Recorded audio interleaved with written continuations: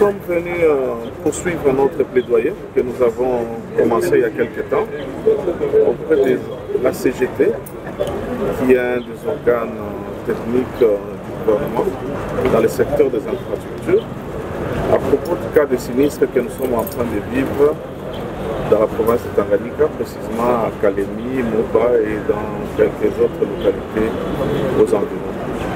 Aujourd'hui, le lac Tanganyika est en train de déborder de son lit et menace le boulevard Lumumba, qui est une des grandes artères de la ville de Kalemi.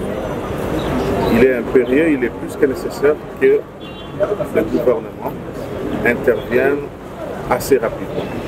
Il n'y a plus de temps à perdre. Si l'on ne fait rien, les dégâts seront beaucoup plus importants qu'on peut l'imaginer. Il y a de l'espoir puisque la CGT a une représentation à Kalemi et elle a déjà une base de données sur la détérioration du boulevard Lumumba, et elle a dépêché une équipe sur place qui est en train de suivre l'évolution et qui n'attend que les mots d'ordre du gouvernement pour intervenir et essayer de préserver la route et la fluidité du boulevard Lumumba et préserver Kalemi de l'augmentation du sinistre. La CGT nous a encouragés en ce sens-là parce que c'est un organe technique, c'est une entité technique, mais il y a les ministères de tutelle aussi qui a un rôle important à jouer là-dedans.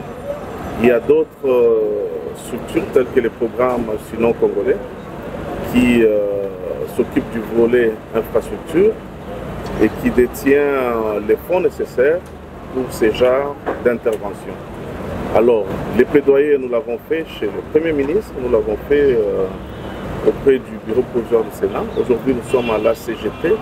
Demain, nous allons poursuivre ces pèlerinages ou ces démarches auprès des autres acteurs qui sont appelés à concourir pour trouver une solution à ces problèmes.